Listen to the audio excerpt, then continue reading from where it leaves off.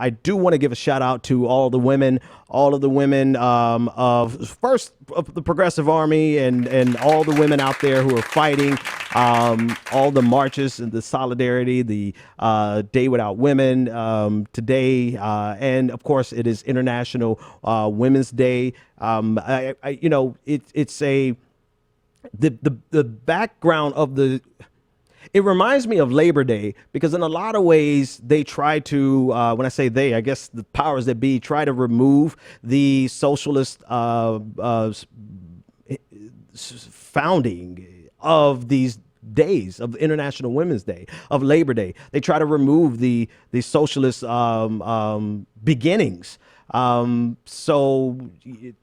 was first observed February 28th, 1909. And it was organized by the Socialist Party of America. And so it was predominantly celebrated by the socialist movement in communist countries until it was adopted in 1975 by the United Nations. And since then, there's been this, kind of a rewrite of its beginnings. But it has.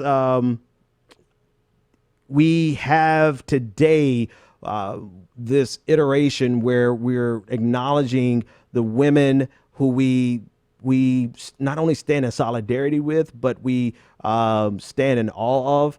And there is one woman that I think I've mentioned on my show before that I have to mention again. And I won't say her full name, but her name is Mildred.